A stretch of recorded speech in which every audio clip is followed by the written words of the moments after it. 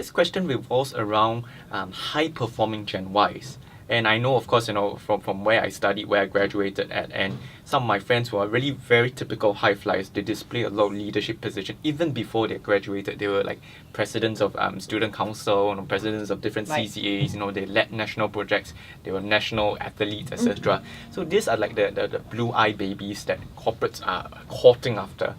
And by virtue of their capabilities, their displayed capabilities, even though it's not in a corporate setting, their displayed track record, they have the potential to grow, they are being put into positions whereby sometimes, as the youngest or younger employee, they are made to manage older and sometimes even the eldest employees within the firm. And it's not uncommon to see, some of my peers who are like 28, 29, 30 years old, managing a team of about 10 to 15 people, mostly more senior than them. So in their positions, I can only feel for them that it can be very challenging because one, you are given this role and responsibility by your organization to be Mr. or Miss Manager. But two, you're managing people who are older than you. And that would also necessarily mean that you need to ask them to do certain things. You need to, confront them if their job standards are off. You need to, of course, cajole and win over their respect. So I see this as a very multifaceted role, whereby it's not just managing the job expectations, but also managing the age expectations. It's like the opposite side of the equation, because now Gen Ys are the ones at the top, and then the baby boomers and the Gen X are the one being managed. In this kind of situations, how would a high-performing Gen Y manager best able to earn the respect and more so the commitment of the team of the people who may be more senior and more experienced than him or her? Very good. I again, the word respect would not be the first way I would talk about it. To any manager, any new manager, young or old, right? Motivate your staff. And motivate means know your staff well enough to understand what they need from you to do the work the best. What they need from you to do the work the best. I always say how to support your staff so they can do the best work. Because even if you're a young manager, you have resources they don't have. So let's say an older staff member has a lot of health issues. Then you have to figure out a way to make the project team work within the fact that this person may take time off for health issues, right?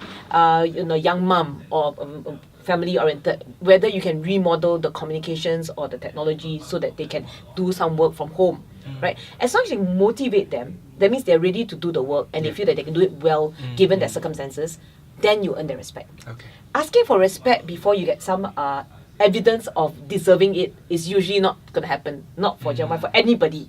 Whenever a new leader comes to a big company, right, they expect them to get some results done, then they'll give them the respect. So respect is not what you want. Motivate. And for me, I was very young. I was 27, 28, no, even younger, 24, when I was managing a 90-member team. And definitely older than me. Okay. Yeah, and the only reason why I was given that role is no one else wanted that role. So just so you know, anybody who's very high performing, people give you roles that no one else will take. And your job is to make the best out of it. You may not be a success. Okay, so Gen Y may not be a success. It may be messy and irritating, but no one else wants it. And your job is to just make some headway. So go to each of the people in your team, sit them down, and have a tea or coffee and ask, what can I do to help you get the job done better? Right? Where I can. And you write it down. Most managers don't take the time to listen. When they take the time to listen, they get some answers. Then when you show that the results would happen, then they're more likely to help you again. Then it's a team, regardless of whether you're old or young. Right? But the main thing to understand is actually don't ask them for respect. Give them a lot of respect. The older they are, give them even more respect. So I always say, you have been here longer than me. Tell me what to do. Advise me. Tell me where the resources are. If you want me to hit the ground running and help you, shorten my learning curve. Right? So we'll always go in thinking we know everything because we have the big degree. I have the big degree. So I have the big degree. No. Go in, ask them to help you. So it's really for the Gen Y, especially the high-performing Gen Ys, to really keep the ego where it should be placed. If it's not healthy or conducive to bring it to the workplace, put it at home first.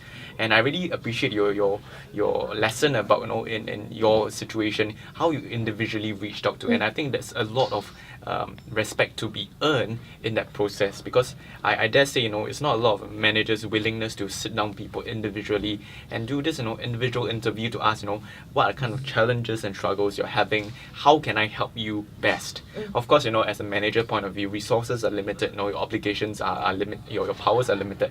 You may not make everything happen. Right. But the sheer fact that you're willing and able to sit down and hear people out and say, no, I may not be able to make everything happen, but what I can do is X, Y, and Z. I think people, when they hear that you are willing to do X, Y, and Z, they're trying to they can hear you irrespective, regardless of your age or the experiences or the lack of, and say that, okay, since you did something for me, you earn my respect. I will give you my commitment when the time calls for it. So I'm hearing that that's the narrative that should be going on. Yes, definitely.